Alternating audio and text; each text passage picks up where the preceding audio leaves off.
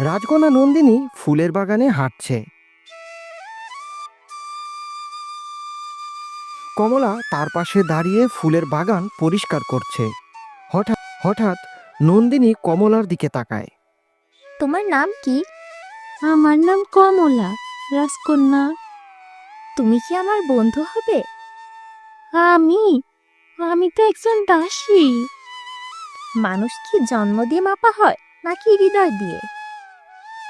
তারা একসঙ্গে বাগানে বসে গল্প করতে থাকে। রাজা ও প্রধানমন্ত্রী পরামর্শ করছেন। হঠাৎ এক দাসী এসে সংবাদ দেয়।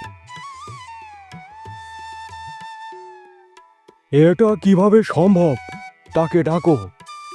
নন্দিনী রাজসভায় প্রবেশ করে।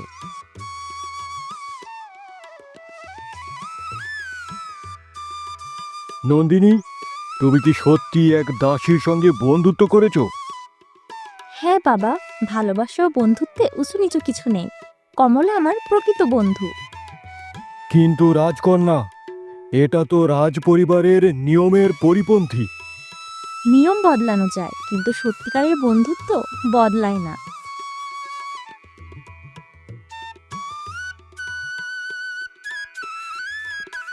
রাজা চিন্তায় পড়ে যান। তিনি কিছুই বলেন না, কিন্তু তার মুখে কঠোর ভাব থাকে। রাজ্য জুড়ে প্রবল ঝড় চলছে। রাজপ্রাসাদে আতঙ্কের পরিবেশ। নন্দিনী তার ঘরেই রয়েছে।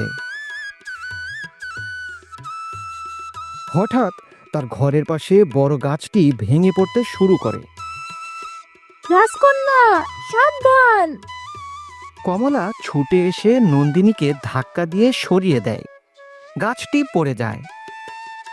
নন্দিনী আতঙ্কিত হয়ে তার পাশে বসে পড়ে। কমলা, তুমি ঠিক আছো? তুমি ঠিক আছো তো? এটাই আসল কথা। রাজা এসে ঘটনাটি দেখেন। তার চোখে বিস্ময় ও অনুশোচনা। আজ থেকে কমলা আর দাসী নয়, সে রাজ পরিবারের সদস্য। নন্দিনী খুশি হয়ে কমলাকে জড়িয়ে ধরে।